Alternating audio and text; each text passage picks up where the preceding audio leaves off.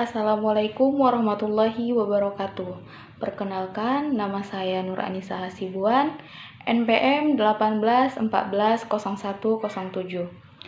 Mata kuliah Pengembangan Media dan Bahan Ajar IPA Sekolah Dasar. Dosen pengampu Sukriyadi Hasibuan, SPD, MPD. Di sini saya akan mempresentasikan tentang materi makhluk hidup.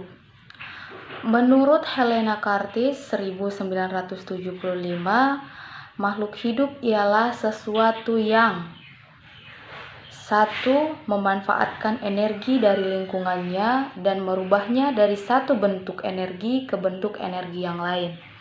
Yang kedua yaitu beradaptasi dengan lingkungannya. Yang ketiga, bersifat homeostatis. Yang keempat, kompleks dan terorganisir dengan baik.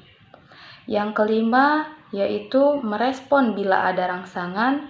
Yang keenam, bereproduksi, dan yang ketujuh, tumbuh dan berkembang. Adapun ciri-ciri umum yang dimiliki oleh banyak organisme adalah yang pertama, bernafas. Bernafas atau biasa disebut dengan respirasi adalah proses masuknya udara dari luar yang mengandung oksigen dan pengeluaran udara dari dalam paru-paru. Setiap makhluk hidup mempunyai alat pernafasan yang berbeda-beda satu sama lain. Contohnya manusia, mamalia, dan unggas yang bernafas dengan paru-paru. Sedangkan tumbuhan bernafas menggunakan lentisel dan stomata yang terdapat pada bagian batang pada tumbuhan. Adapun ciri yang kedua yaitu bergerak. Bergerak merupakan perpindahan posisi seluruh atau sebahagian dari tubuh makhluk hidup karena adanya rangsangan. Gerakan dibedakan menjadi dua, yaitu gerak aktif dan gerak pasif. Gerakan yang dilakukan manusia merupakan gerak aktif karena bisa dilihat dengan jelas. Sedangkan gerak pada tumbuhan disebut gerak pasif karena tidak dapat diamati secara langsung. Adapun ciri yang ketiga yaitu tumbuh dan berkembang. Manusia, hewan, dan tumbuhan mengalami pertumbuhan selama masa hidupnya. Pertumbuhan merupakan perubahan dari kecil menjadi besar karena bertambahnya jumlah sel dan volume sel. Proses pertumbuhan tersebut tidak dapat kembali atau balik atau irreversible. Adapun ciri yang keempat yaitu memerlukan makanan.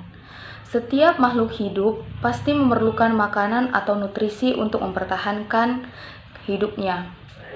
Makanan tersebut diperlukan sebagai sumber energi untuk melakukan proses-proses kehidupan. Manusia dan hewan memperoleh makanan dari makhluk hidup lain, sedangkan tumbuhan dapat membuat makanan sendiri dengan proses fotosintesis. Yang kelima yaitu berkembang biak. Cara makhluk hidup untuk mempertahankan kelangsungan hidupnya adalah dengan cara berkembang biak, atau biasa disebut reproduksi. Dalam proses perkembangbiakan, kemungkinan besar sifat anak akan mewarisi sifat induknya. Cara perkembangbiakan pada makhluk hidup dapat dibedakan menjadi dua macam, yaitu secara generatif dan vegetatif. Ciri yang keenam yaitu beradaptasi. Makhluk hidup harus bisa beradaptasi dengan lingkungannya. Adaptasi adalah kemampuan makhluk hidup untuk menyesuaikan diri terhadap lingkungannya. Hal ini dilakukan untuk mempertahankan kelangsungan hidupnya. Ciri yang ketujuh yaitu dapat melakukan metabolisme. Di dalam tubuh manusia terjadi reaksi-reaksi kimia yang biasa disebut dengan metabolisme. Reaksi-reaksi tersebut dapat berupa penyusunan maupun penguraian zat tertentu agar dapat diserap oleh tubuh.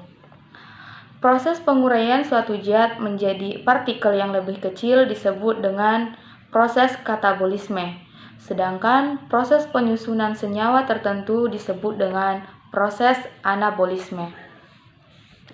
Ciri yang terakhir yaitu mengeluarkan zat sisa. Setiap makhluk hidup melakukan metabolisme dalam tubuhnya.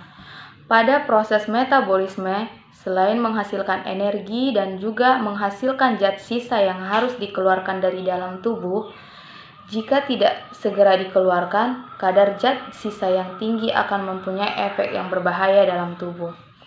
Contohnya, paru-paru mengeluarkan karbon dioksida dan uap air, kulit mengeluarkan keringat, dan ginjal mengeluarkan urin. Baiklah, demikian hasil presentasi saya. Jika ada kesalahan kata, saya mohon maaf. Saya akhiri dengan wassalamualaikum warahmatullahi wabarakatuh.